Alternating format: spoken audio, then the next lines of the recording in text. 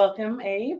Thank you. Appreciate you having me. Excellent. And I just like to start off that, Abe has the ability to give his time and resources to many local charities, including the Mile High United Way, the Denver Rescue Mission, All Stars, an All Star Club. Is that right, Abe? Yeah. And he also gives a lot of time to a nonprofit dedicated to helping kids with special needs. Yeah, and that's what All Stars Club is. Excellent. He also he's a Denver native. He has obtained his Bachelor of Science degree from the Colorado Christian University in Business Administration.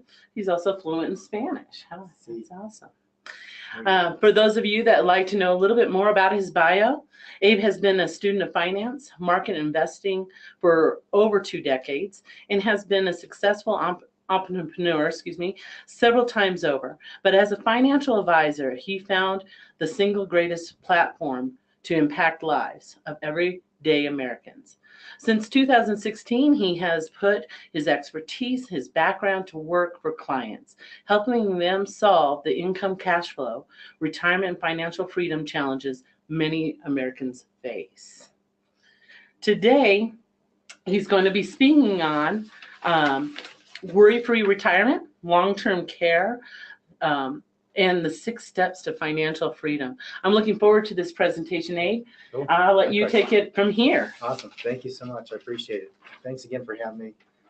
So we're going to do a whirlwind tour of some basic financial concepts. And so I'm thrilled to be here with you guys. Thank you for taking your time out of your day to invest really in yourselves. This message, some of it may sound familiar, and a lot of it you may be asking yourself, gosh, why didn't I learn this in high school or college? And so that's exactly why I'm here today, and that's why I'm in the business I'm in. It's just to help people.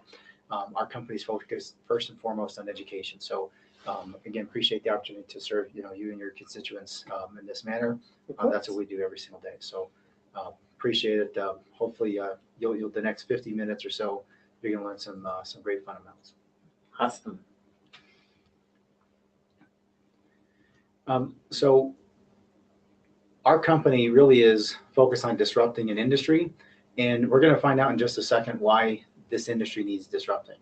But usually when I take a poll of my audience, and we don't have that ability to do that live right now, but I'll ask for a show of hands, or you can ask 100 people on the street, how do they feel about the financial services industry and how is it treating them? Most are going to tend toward neutral at best, but most of them are actually going to be fairly negative. And the reality is most people don't feel like it's set up to serve them. They don't feel like they can win. And so we found that, and so our company, WealthWave, and we'll talk a little bit about kind of our business platform, but WealthWave, we're in the business of educating folks to help them to stack the chips in their favor to help them win.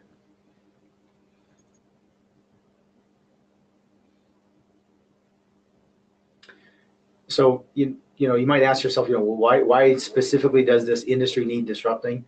Well, first and foremost, it starts just with kind of foundation, just basics, education. And Gallup did a poll that polled adults worldwide. 2/3 of adults don't understand basic financial concepts. So financial literacy is kind of the fancy term for it. And we Americans aren't necessarily any better. So 2/3 of us don't understand compound interest, which is a key fundamental. It's what Einstein called the 8th wonder of the world. He said those who understand compound interest will earn it. Those who don't will pay it. And so we're going to talk about that a little bit more here in just a second. So where does education begin? For most of us, it's in the school system. However, unfortunately, in the 1930s, the governments decided to take for the most part, take the financial education out of the school system. And so what we have today is, the kind of, it's a joke, but it's really more of a sad joke that they'll teach you how to make the baby, right? But they won't teach you how to finance the baby. And so most of us, we learn basic things, that we learn how to, go to school and how to get a job and how to make money, but we don't know how to save money, invest money, have our money make us money. Okay. And so what's happened is, we've got, multiple generations. We've got the baby boomers, right? We've got the last of the World War II generations, baby boomers, Gen X and the millennials. And the millennials traditionally, so we talked about the industry that needs disrupting. The industry is not teaching us. We don't learn it in school. And unfortunately, most of us, don't necessarily grow up in wealthy families, so we don't talk about money much at home. So where are we left to learn it? And so, unfortunately, the industry is focused typically on that top, 2 to 4%.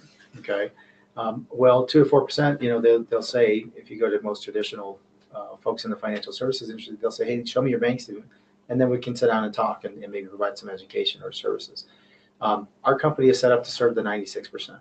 Okay, and so regardless of which generation you're part of, most people don't kind of hit those income thresholds or those asset thresholds to sit down and talk to somebody, just get some unbiased, untethered advice. And so, for instance, the millennials, are going to control a lot of money, but each one of them, isn't going to necessarily have, those minimum 250 or 500,000 that most advisors, will ask somebody to have before they'll sit down.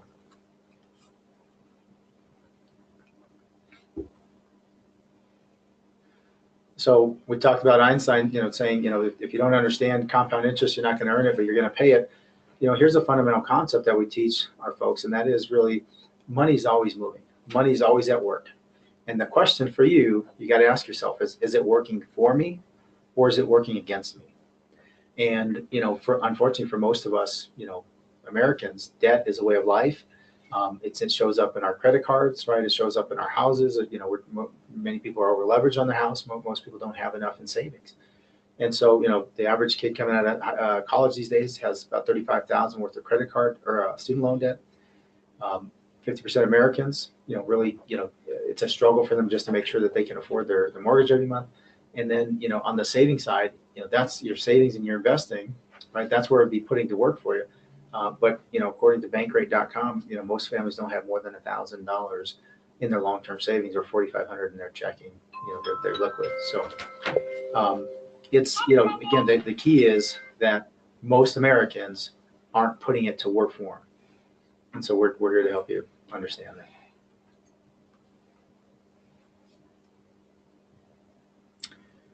So. Here's kind of, if we fast forward and say, hey, what's going to be the fruit of our current understanding and our current education on money and our current, system of how we're set up, what was sold to most of us. And again, here's one of those where, I'll ask you to raise your hand. Maybe you're in your house or at work or in your car watching this, but, raise your hand, who was told that, hey, you go to work and, for 40 years and, when you retire, you're going to get a gold pension and a watch, right? And so, most, that was maybe our parents' generation or maybe even 2 generations ago. But most, companies today, the best thing that, the benefit they're going to provide you is, some granola bars, it's not pensions anymore, right? And so most people, don't know a whole lot of people that have pensions. So it's less than 5% of companies that offer them today. Retirement used to be a 3-legged stool. And so it used to be pensions, Social Security, and personal savings. Okay, well, Social Security, if we go to ssa.gov, page 1, paragraph 1, it tells us right then and there, really, just the scary state of, our government, just in terms of how they've managed, the money we've given them over the last, literally century. And so what's left, if that used to be a 3-legged stool, how many of those legs are really left? And really, it just falls to us on our personal savings. And that's the one area we have the control over. And so, part of the reason, you see the result of another study that, folks say, between age 45 to 65, more people are afraid of actually outliving their money than dying. And that's kind of a sad state of affairs. That part of it's because we're living longer. Part of it's, there's new diseases, new challenges, kind of health challenges. But, if we have a better plan, we'll have better results. And so, that's the key. So, let me talk about one more thing. If you go to the next slide there.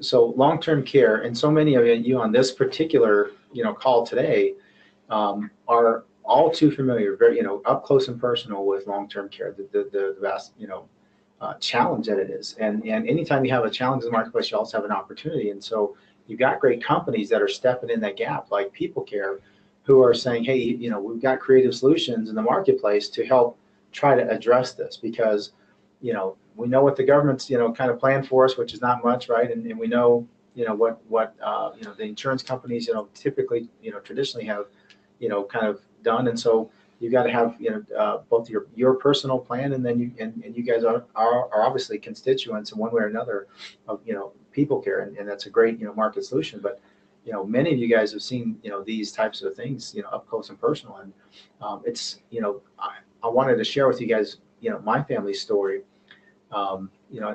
Michelle kind of, told you guys, Denver native, and kind of grew up here. And so, most of my family lived here, and, including my grandmother, who passed away just, not too long ago.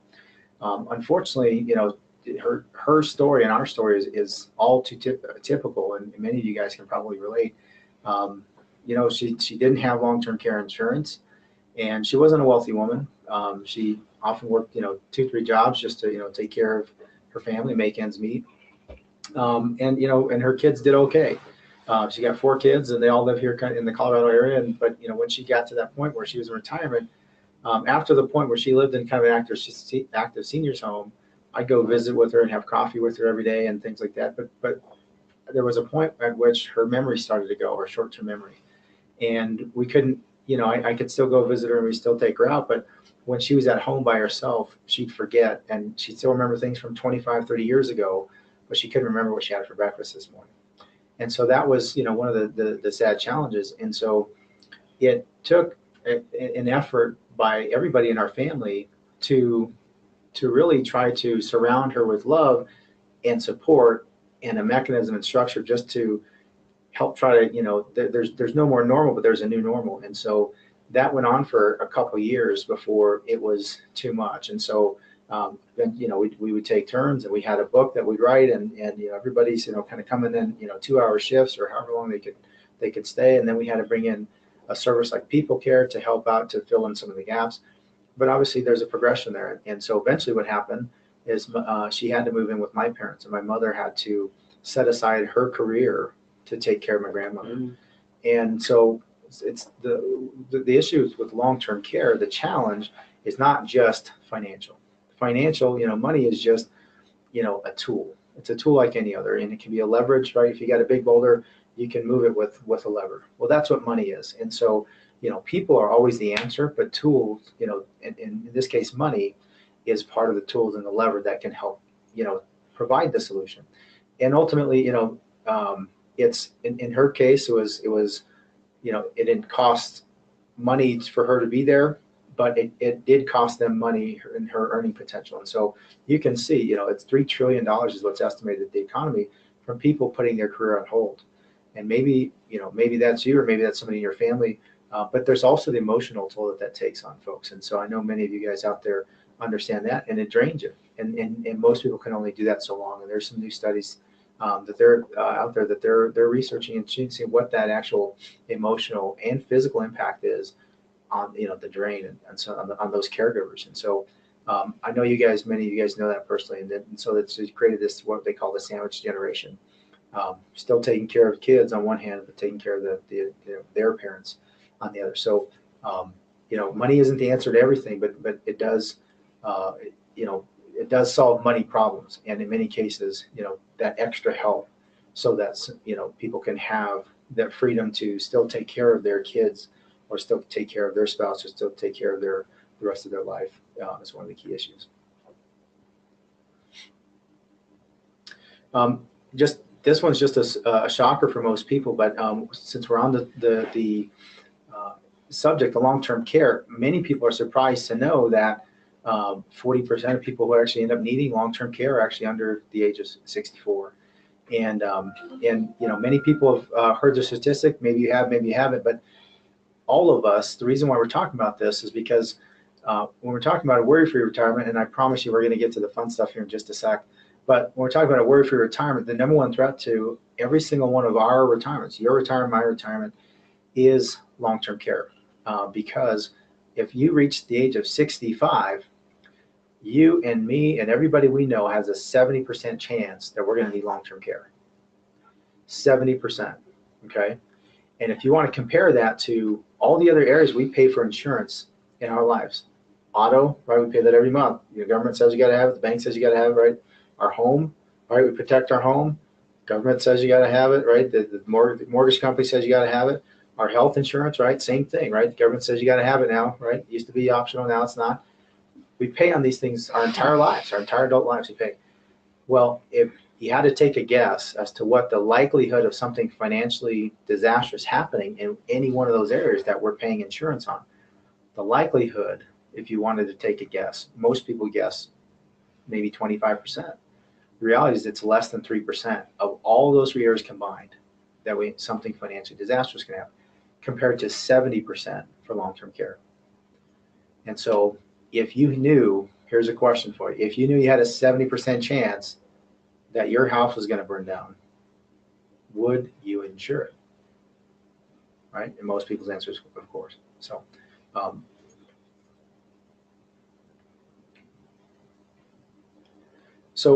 want to just pique your interest for just one more second here. So most people say, okay, well, great. I know the depressing statistics. I'm living, the long-term care challenge right now myself. I know, there's a challenge out there. I know it costs a lot of money. Long-term care, the average today is $8,000 a month for a full-blown facility. And obviously, most people can't afford that. So there's other creative options. How do you do it with, either through services from People Care or your personal, care or family, et cetera, right? Well, if we zoom out for 1 second, say, well, what's it take, before we even get there, what does it take to retire? What am I going to, if I'm going to live the American dream, what does that mean, and what's it going to take, and what's it going to cost? And so our company is heavily invested in education. So we partnered with Xavier University to do an updated study on the American dream. And so you're going to have an opportunity at the end of this. You get my contact info. If you guys want a copy of this free report, it's a great booklet. But it's very educational, and tells you, it kind of goes in depth on what the American dream is. So they surveyed thousands of people to say, hey, after 2008, many people felt disillusioned by the government, by the economy, by corporate America. They felt betrayed. They felt disillusioned. Felt like, hey, what are the agreements here? Because doesn't seem to be working out for us, right? And so they did an update on what does American Dream mean. And so most people answered, they said, I want to own my home. I want to save, for my kids' college. I want to save for my retirement. I want to take a vacation on, maybe once a year, and I want to pay my bills and my taxes without looking over my shoulder. And so here's, the big eye-opening number is 130,000. Okay. For the average family of four, it costs 130,000 a year just to do those things. Okay. And I don't know about many of you, but those things I just listed there, those 5 things, for many people, that just feels like the basics, right? I want to own my home. I want to, help my kids go to college. I want to take a vacation every now and then because you deserve it, right? You want to save for your retirement, and you want to pay your bills without, having to worry. That's, for most people, that's not really dreamy. That's not private planes and yachts and exotic, locations. It's the basics. And so that costs 130,000. So that's a basis for where we're going to go, next, to say, okay, well, what does it cost if somebody drops me in the financial, wilderness, and I'm trying to get to the oasis, right? The nirvana, heaven, right? I'm trying to get to retirement. I'm trying to financial freedom, whatever your definition is, that's where you're trying to get. Well, how do you get there? Well, first of all, you got to know where you're going. And so as a minimum marker for most people, that's that minimum deal, 130,000 a year for an average family of 4. Okay. And obviously many of you guys are saying, hey, well, what if I want to do better? And great, we'll talk about that. But here's the other side of that challenge is, if you look on there, it's the average household income is only 62,000. Okay. So basically half of what's really required to get across that finish line.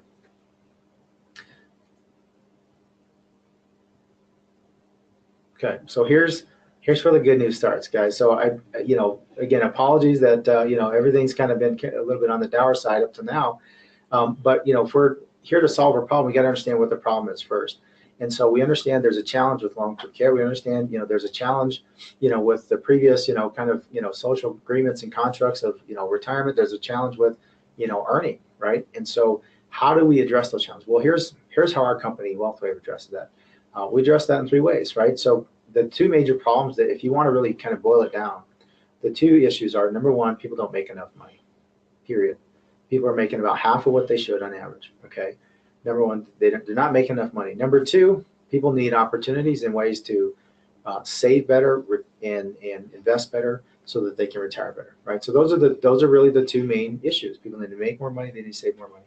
And so what's how are we addressing that? What's our contribution? Well, we do things like this for the community. We invest heavily in education. And so again, at the end, you'll get the opportunity to get contact info. We've invested in videos, special reports like the one I just talked about, tools, quizzes, interactive, games and resources that will help people learn what most of us didn't learn in school and what most of us didn't learn at home. And we didn't even learn in college where we paid for, right? So number one is education, right? If you want to, make it to the destination, we got to get educated, on where it is and how to get there, what are the challenges along the way. So that's really what we're talking about today, just to lay a very basic foundation.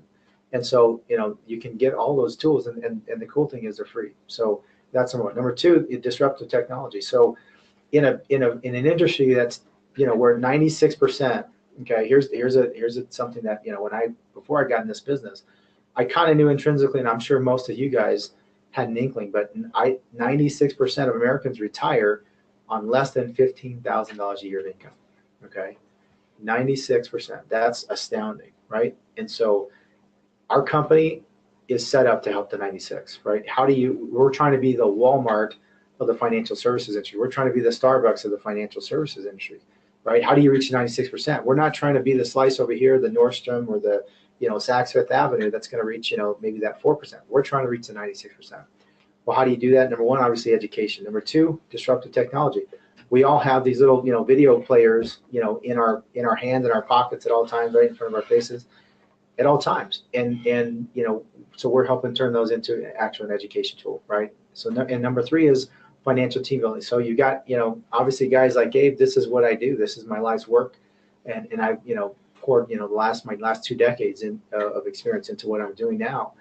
And so, but, we also have the ability for other folks to, many of them, who need to make more money. They might, have their job and they say, hey, you know what, I'm looking for extra income part-time, or, maybe I don't have time because I'm taking care of, 2 other generations at home, but, they can be a paid referral source. And we have other folks, that just, love their job, might be teachers or coaches or other, kind of service folks, but, they love what they do, but they need to make more money. So that's, how do we create a flexible team as an opportunity to get the word out?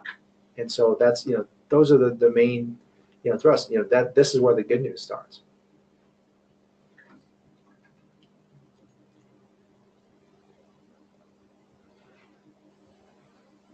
So, one of the things that we mentioned that, we're going to cover, today, 6 steps to financial freedom. So there's 6 key areas. And some of you guys, who've been involved in a business, you help run a business, you own a business, maybe got some business training in school. Some of you, as we kind of go through these, you're going to start to get a picture like, oh goodness, this seems vaguely familiar. This looks like I'm looking at a business.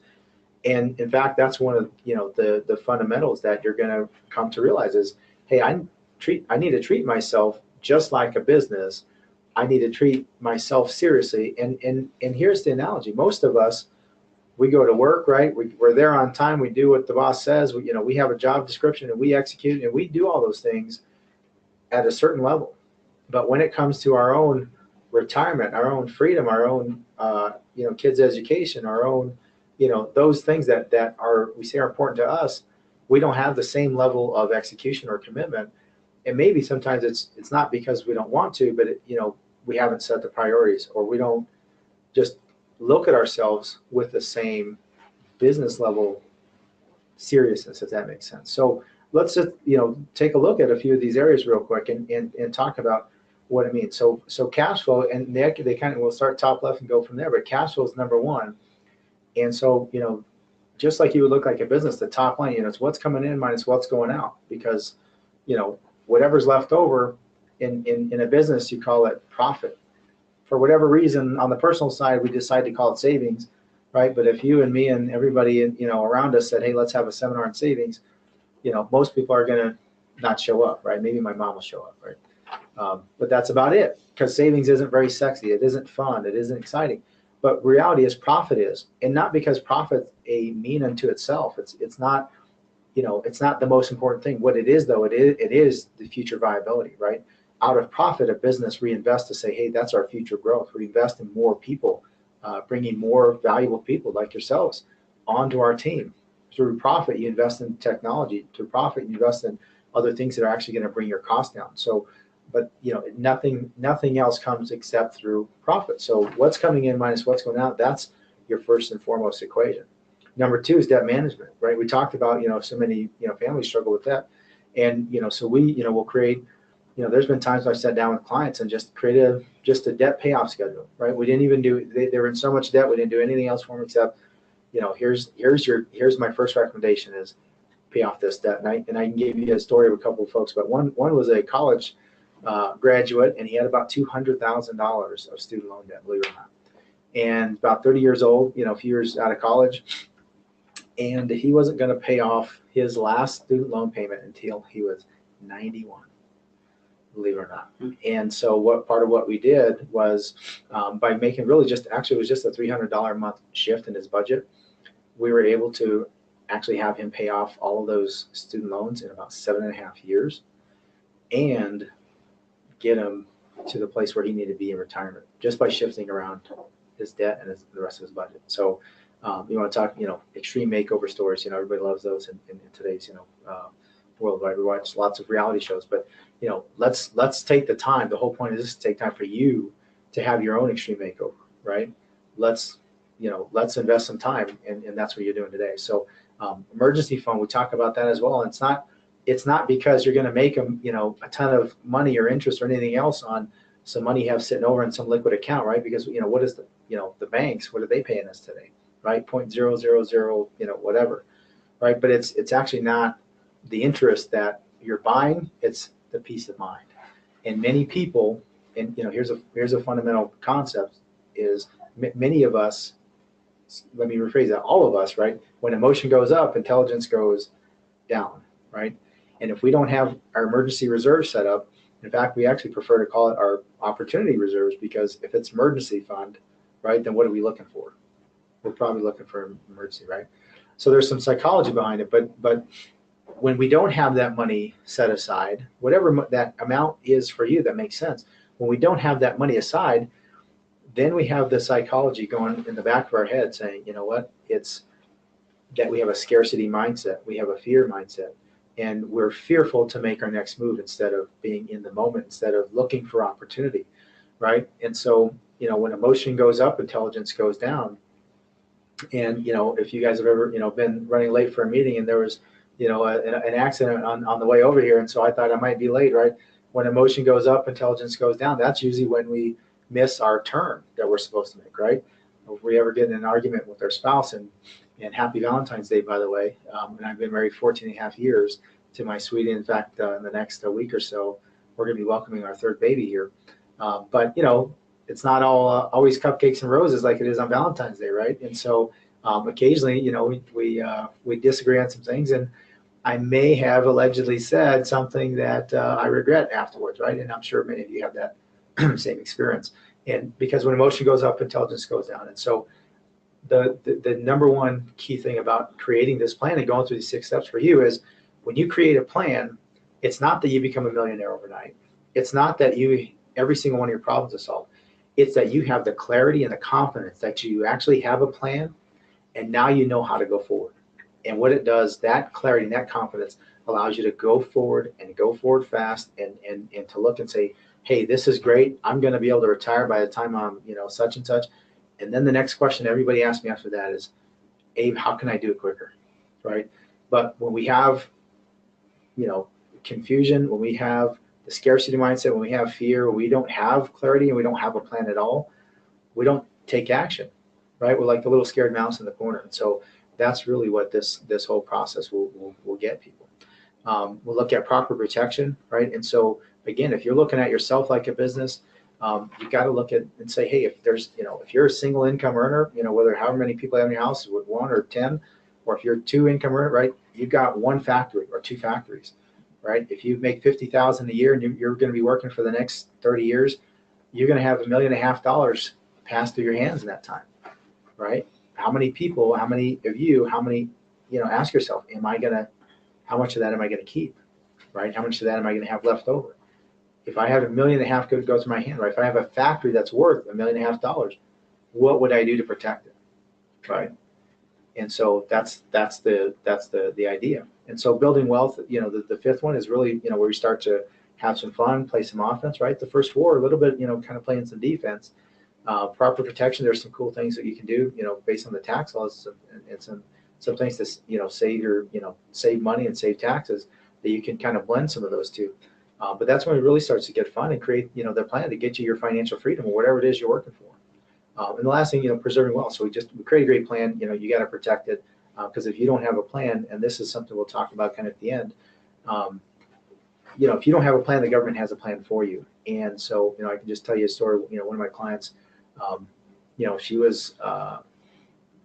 she passed away. She's very, healthy, young professional, great, had a couple businesses with her mom. And she was in her mid-30s, and she actually passed away, and unfortunately, and just kind of pretty sudden and unexpected. And she didn't have a will. Luckily, she had some life insurance, but she didn't have a will. And so what happened? It took 2 years, and that process is called probate. And so again, if you don't have a plan, that's just, you got to have something written out. If you don't have a plan written out, will, trust, things like that, then the government has a plan for you. And if we look at all the other, things in life that the government has a plan for us on, it's usually kind of scraping the bottom of the barrel, right? And so same when it comes to probate. So if you have as much as a checking account, some people say, hey, I'm not wealthy, I shouldn't have a will. If you have a checking account, then you have an estate, and you need to have a plan. Because what happens is, if you don't, then the creditors show up to court along with your family. All your assets are frozen, and then your family can't operate until that gets solved. And it's usually 6, 12, 24 months. So it's just, it's a real easy thing you can fix. If you got a lot of assets, get with an attorney. If you don't, we have a solution. That's $500. That's actually what my wife and I did. So. So this, this is some easy math, and it's easy, and it's the funnest math, because you didn't actually have to do the calculation, and neither did I. But if you're looking at the graph here, if you look on the far left, find your age. If you're 45, if you're 55, and look across. So what this shows us is a couple things. Number one is, what is $1 million? If you're to save $1 million, raise your hand if you think it's a lot of money anymore, right? So it's still a lot of money, nothing to sneeze at, but it's not as much as it used to be, right? But it's a round number, so let's use it. Okay, so if you were to say, hey, my goal is to have $1 million, and by the time I'm 65 and hopefully ready to retire, the question is, how much do you have to save monthly in order to get there, right? Because the good news is your money can make you money, right? And that's one of the foundational concepts. That's what we talked about, compound interest, right? And so, the assumption is 8% interest, so it's not, hanging the moon. But it's a pretty reasonable estimate. And so 8%, if you're 45 years old, how much do you have to save per month? Michelle, can you read that there? Can you see it? What's that number say? For what age? For 45. For 45, we need to save $1,600, $1,600 a month, right? Yeah. And so, that's for many people not impossible. But, if you look on to the column next to that, the average 45-year-old, is making about $4,300 a month. So it's about 40% of their entire net income, right? Mm-hmm. So that is a stretch, right? And so you look, number one, this teaches us the high cost of waiting. So at whatever age you are right now, number one, you need to start today. That's the first message. The second message, though, is we talked about, again, how do people cope if you're not making enough money, right? And so some people go, listen to Dave Ramsey, go start delivering pizzas, right? $8, $12 an hour, whatever that is. And that's better than nothing, right? But a lot of people say, Abe, I like what you guys do. You guys are helping people. It's noble. It really changes people's lives. Well, how do I get involved with what you do? But I'm not a financial advisor. I'm not, how do I at least do that part-time? Or how can I help you do what you do better, reach more people? And that's the other thing you can look at and say, typically when somebody can help one family, let's say one family a month, if you're 55 or 45, basically that deficit, if you're already operating max at your budget, that's the equivalent of helping about one family a month to be able to actually still get there, to get, to $1 million by the time you're 65 and retired. By helping one family a month, with us, people can actually set that aside and get there. Same thing, if you look down, if you're kind of baby boomer, you might need to help 3 or 4, but that's really just kind of 1 a week. And so that's actually not too bad. So we have actually a lot of folks who have what they call encore careers, and they love it. And it's slightly better than working at Walmart. Go ahead. So here's another one. Again, we don't need to get too charty and graphy, too mathy here, but this really is so educational for a couple things. One is, when I show this to my 6-year-old son at home, and I say, hey, can you draw the next line, Grant? And he says, of course, right? And, we can all draw the next line, right? We know which way it's going. We just don't know exactly when, right? Is it today? Is it next week? Is it next month, next year? We just don't know when, right? But one of the things that this chart shows us is markets go in cycles, right? And that's just a great reminder. Markets go in cycles. And so that's number one. But number two, if you look at, the red there, the first red, that's 2000, right? And then the second red, that's 2008, right? And if you had, let's say, in 2000, if you had $100,000, you lost, let's call it 50% of your portfolio there. So now you went from 100, now you got 50. But you look at the second green, what does that show you? Basically, you're getting back to break even, okay? So by the time you got up to 2008, you got back to break even, but the green part says 101%, okay? So what this chart shows us is a concept called negative compounding. And it's not that, you don't have to memorize that term, but what you do have to understand is it hurts twice as bad going down, okay? And so how many of you guys out there, I've heard of a guy named Warren Buffett. I don't know if you guys have heard, Warren Buffett, right? Okay, pretty smart guy, right? Pretty decent investor. Well, anybody know what rule number 1 of Warren Buffett's investing is? Rule number 1, according to Warren Buffett, is don't lose money. Okay. Rule number 2 is don't forget rule number 1. And this is why. Because when you look at this chart and say, hey, I lost 50%, just to get back to where I was, break even, I got to get 100%. Okay. So I'm back down at 50. I got to get to, I got to make 100% return on my money. So it's not just, obviously, one question is, well, where do I get 100%? Is it easy to get 100%? Probably not, right?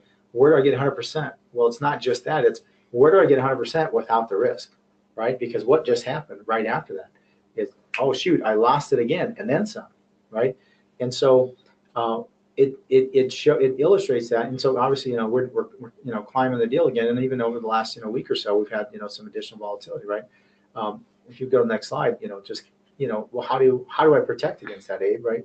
Many are asking. So if you look and said, hey, what if I had a tool that said, hey, when the market's up, I'm up. When the market's down, I'm flat. If the market's up, I'm up. Market's down, I'm flat, right? It looks like a stair step versus what most people, what we've all been taught by the banks, what we've all been taught, by media, what we've all been taught by the system with just everything around us is, you have some money over in the bank that earns you nothing. And then you have, the only other thing you have is just, in this wild, crazy roller coaster deal, right? The stock market. And the bottom line just says, hey, if I made 10%, lost 10%, made 10%, lost 10%, where do you end up at the end after 10 years? You're actually worse than you started, right? Because of that concept, negative compounding, right? Because it hurts worse going down. But if you have an account, if you have a tool that actually has a floor, okay, and you don't lose, right, you're following rule number 1, right? And so that's just a basic example of, when it's doing that, where the dramatic difference where you end up.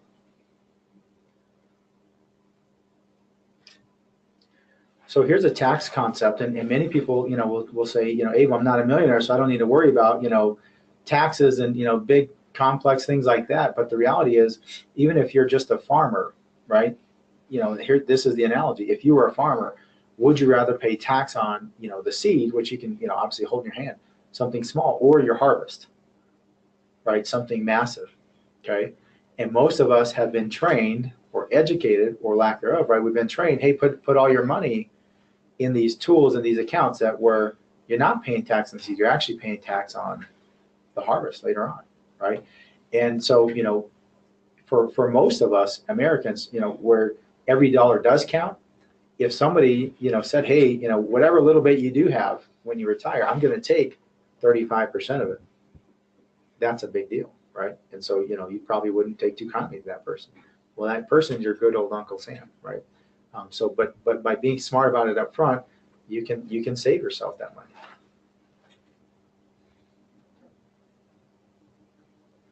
So, again, just, where have we traditionally been, educated and taught, how, where to put our money? Well, 401ks and IRAs, right? And you can get some good return, but do those have risk to them? Absolutely, right? Just look at your statement the last, week, right? Just watch CNN, which I don't really recommend, but, about 2 minutes of that and you'll have had enough, right? Stocks and bonds, same thing, right? Good return, but, a lot of risk.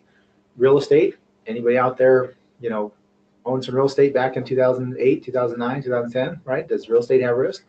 Absolutely. It also has some, quite a bit, high holding costs, right? And then the fourth area, is the bank accounts, right? So not really any risk there, right? We got the FDIC insurance, et cetera, right? But are we making any money?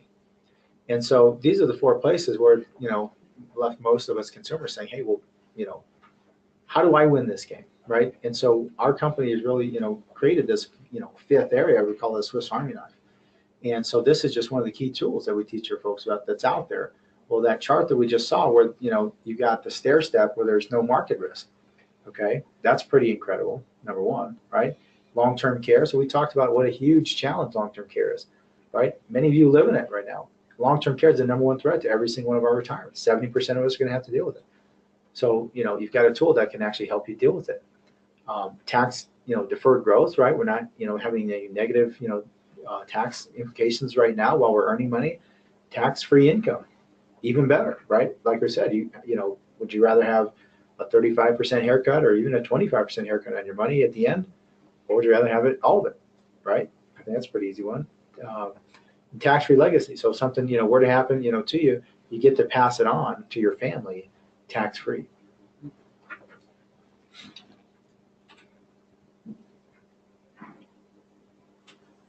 So again, there's actually a video, and the reason I put this in just so, for those of you guys who are curious, just want some more information, or the video, again, at the end, I'll tell you how you can get in touch with some of the resources that will give you a little more education on these types of tools and strategies.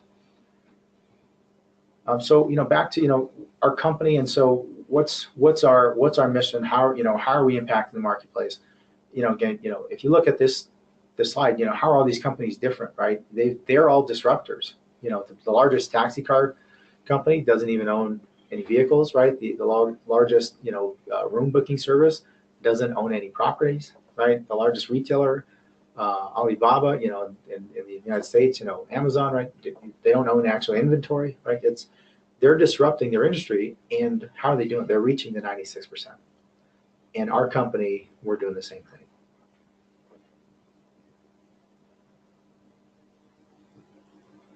So how do we do that? Again, we talked a little bit about it before, but here just a little, to kind of put a finer point on it. Our company, is called the How Money Works Company, right? We're teaching people how money works, right? We teach people how do markets work, right? We know it goes in roller coasters. Well, how do you protect yourself against that, right? Well, compound interest, money's always working. Is it working for you, against you? And so we've invested heavily in the tools to give them to you, put them in your hands for free. And so, these are just some of the tools that we use, to reach our folks and to have an impact out in the marketplace.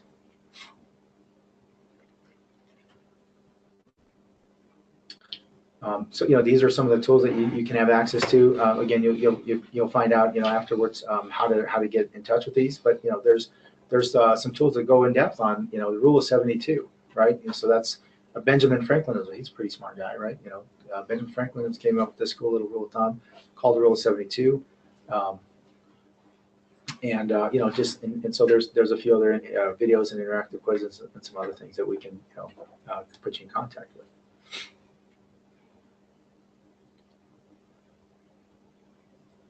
And this may be my favorite slide because it reminds.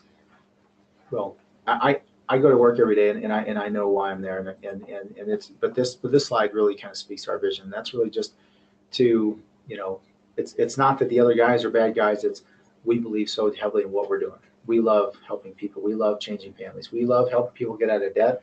Like my guy earlier I told you about, we love people help. How do you change that story for that family? That is able to spend the time with their loved one in a loving manner versus it's a burden, right? How do we change people's families, to help them pay for their kids' education so the kids don't come out of college with crazy debt? How do we impact families to make more money and to give them that breathing room that they need, right? That's what we're all about. That's what our mission is, and that's what that talks to.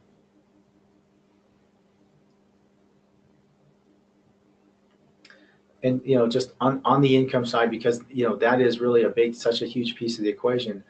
Many of you guys are out there listening, to the Dave Ramsey's, the Susie Ormans of the world, and absolutely we need to fix our budgets and save what we can. But there's also the income side, right? And just any good business folks will tell you need to spend 95% of your time on your top line and the other 5% on your bottom line, because you can make those decisions, make them quick. You implement them and then you move on. Well, on the income side, this is just food for thought for many of you. If you're not making the money that you need to make, this is what you got to do, right? You got to have a large lump sum. We talked about $1 million. Is that enough? Can you get 10% return, right? We could have that discussion if you'd like, but that's the traditional way. There's also the second way, which is you got to build a business, right? There's only two ways to get financially free in this world. One is to have the pile of cash big enough so that the interest you draw doesn't draw down the pile, or to have a business that creates residual income. And so that's what that means. And so some of you guys out there might be interested in that, whether that's with our company or some other. This is an idea for you. You got to be thinking about this, because if you're not right now, it needs to be in your awareness and your consciousness. You need to be thinking, I either got to grow my pile, or I got to grow a business, or I got to do both.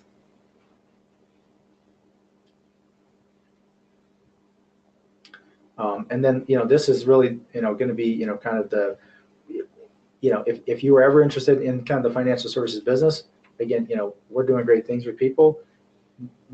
We already talked about 96% of Americans need our help, right? 96% of Americans retiring on less than $15,000 a year of income. That's crazy, right? So there's a huge opportunity to help people. The money is there, the platform's there. And so maybe that's something that you're interested in, maybe not, that's okay. But again, it's just, you got to understand what you're up against or what you're working with.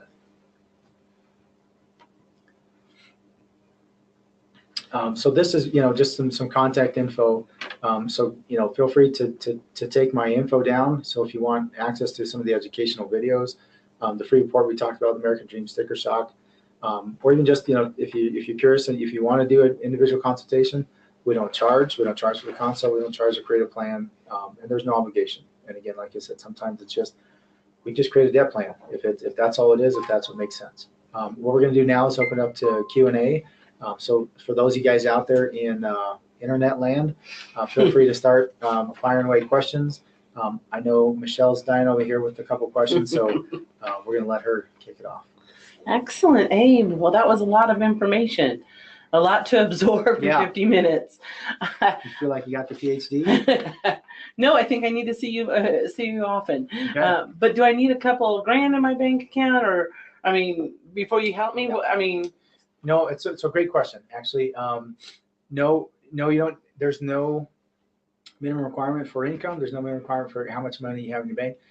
Because again, our philosophy is, again, we're here to help, and so we help people. We can grow with them, whether that's the savings plan or a beginner investing plan, or when we can help them grow, we know we're going to grow with them. And so I can also tell you that regardless of how many people have or how much they have or don't have in their bank, there hasn't been one time yet, one client yet that I've met with that we haven't been able to help them find at least a couple $100 a month in their budget to help them put toward their financial goals, which whatever their goals were, whether that was debt payoff, or that's boosting their emergency reserves, or that's creating their financial freedom, or doing something to address the long-term care issue. Is in many times, most of the time, I would say, in fact, it's actually usually higher. But there hasn't been one person we haven't been able to find at least a couple $100 or 500, or in some cases 2,000 or more. And we have another question. When should I start planning for my family's long-term insurance? And is that what you have, or? Yeah. So So really, now, like, there's no time like the present. Just there's the high cost of waiting, which we talked about before. And so when you actually put something in place, today, number one, it has the ability, to have inflation protection on, so it can actually grow with you over time. So because we know that if it costs $8,000 today for traditional long-term care, or even if I'm doing some other kind of, in-home care, combo, whatever that number is, 5, 10, 20, 30 years down the road, it's going to be inflated, right? And so there's really, no time like the present. But there are some cool things that, if there is such a thing as cool when you talk about insurance, there's some cool things that actually some of the companies have innovated in the last 10 years, where the health insurance companies, again, just are maybe stuck in some like an old model. There's some new companies that have entered that space for the long-term care that just with a better solution, and so. Yeah. Another great question. It kind of goes back to your story about your grandmother, and we kind of share that in common, that personal story. But my loved one already needs care. Is it too late? Well, so perhaps for that person, that individual, right? So we've unfortunately had clients that say, hey, Abe, we need that life insurance now, and say, okay, great, what's the story? And my husband just passed away. Can we still get it? And yeah, it's kind of too late after maybe the incident's already happened. However, for most families, what happens is they get in that situation and say, hey, you know what? We're going to have to deal with what's in front of us. However, what are we doing to protect ourselves so we're not a burden to our kids or my spouse?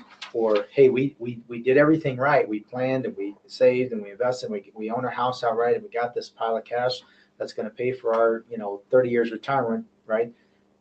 But we don't have a firewall in place to protect us against that threat, right? It's just like, again, that's your house. If you own the $1 million house up on the hill, but you're in the fire zone, 70% chance it's going to burn down.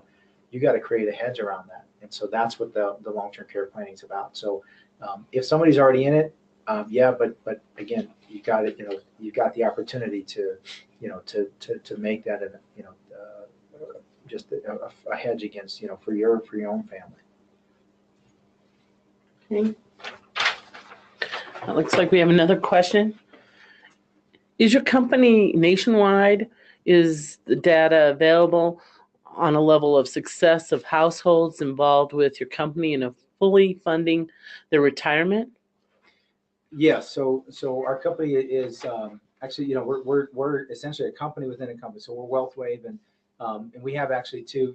We're an independent financial services company. So we've got Transamerica Financial Advisors as our broker dealer, very well known national company, been around 113 years or so. It's public company owned by Aegon. $400 billion company. We have an independent insurance agency called One Financial Group Insurance Agency. So independent. So WFG does not manufacture insurance. But we work with all the major players nationally, Nationwide, Prudential, Pacific Life, Jackson, you name it. They're just basically the best of the best. And we're 100% independent. So that allows us just to sit down with every client. We've got clients at the beginning. As well as multi-decade millionaire clients, and we can actually service all of them. We actually bring the same tools and education and training and opportunity that the top 4% have. We just bring that to everybody. And so by having that kind of open architecture model, it allows us to do that for everybody. And Abe, I know that we can come to you, but if we didn't want to come to you, what could we do as a starting point in our personal lives to start getting to that point? Education is always foundation, and so I would highly recommend starting at if you go to howmoneyworks.com is a great place to start. And there's the tools, there's videos, there's quizzes, there's things that will really kind of get people's brains going on where they should be thinking. How do I make more money? How do I save more money? How do I invest more appropriately? How do I create assets that aren't based on the market? How do I create assets that are going to get me more earnings than a 0.0s or whatever savings account? Those are the types of things that will just start creating get people's wheels thinking. And so those are free resources. I highly recommend those. And again depending on everybody's they're at a different place, and so typically when we kind of get a feel for our clients, there's books that we recommend. On just how to change your money mindset. One of them is called Couples Money. You can also go to couplesmoney.com. there's a lot of personal finance books out there, but there's not many of them written from the perspective of couples, and most of us, find ourselves in that, situation. So, because we're making decisions, and that's really the toughest thing, right? To, be on the same page with this person who has a totally different mindset and priorities and maybe, ways of coming about things. So that's a good Great. one. And another good question that I believe is in keeping your company to the side. If I was to ask you, I'm looking for long-term insurance, Yeah. care insurance for myself. What are some of the questions I should be asking about long-term care before I make a decision about going with anyone? So there's a couple things that you probably want consideration want to look at. Number one is, so if let's say my sister asked me the same question, right? And I would say, number one, I would look at very seriously, who's offering. So typically, I was kind of saying that typically the health insurance, like the standalone long-term care policies, they're still out there. They're just not great. Okay, so standalone health or long-term care. The reason I say that is because all the other insurances that we talked about earlier, so auto insurance, your home, your health, they're all in that same mode of, if I don't use it, I lose it, right? And like health insurance, you don't really want to use it, right? And so it's almost like a, heads they win, tails you lose type of a situation, right? You're paying them every month and you don't really want to use it. That's how healthcare insurance is written, and basically traditional standalone long-term care policy is also written that way. And so what I would recommend is for the most part, I'd probably stay away, because what happens with those, just like our healthcare, right? The cost is going this way, right? And service is going this way. So I'd probably be looking at something that's more of a base from a life insurance company. And so the reason why is because it's not if I don't use it, I lose it. I still have this bucket. I still have this equity that I created over time that said, if I need it, I get to use it. If not, then I get to use the cash value from it, or my family will get to have it. And I can use that on anything, not just my long-term Correct. And so, in fact, that tool we talked about, and there's a lot of great companies that use it. You can go to their websites directly to look at it, but we call it, the IUL. It can do so many different things, but that's one of it. It's building cash value. It is life insurance if you need that, but it's long-term care if you need that as well. With that being said, and I don't see any other questions at this time, I want to just thank you for coming in and sharing a little bit of your knowledge with us today. For everyone out in the internet land, I like that, Abe. Please join us for our next segment of Community Connections, which is the second Tuesday of the month of each month, or excuse me, the second Wednesday of each month at 1 o'clock. Of course, invites will be sent out, and we look forward to having you join us next time. Thank you again, Abe. Yeah, thank you. Appreciate you. Thank you.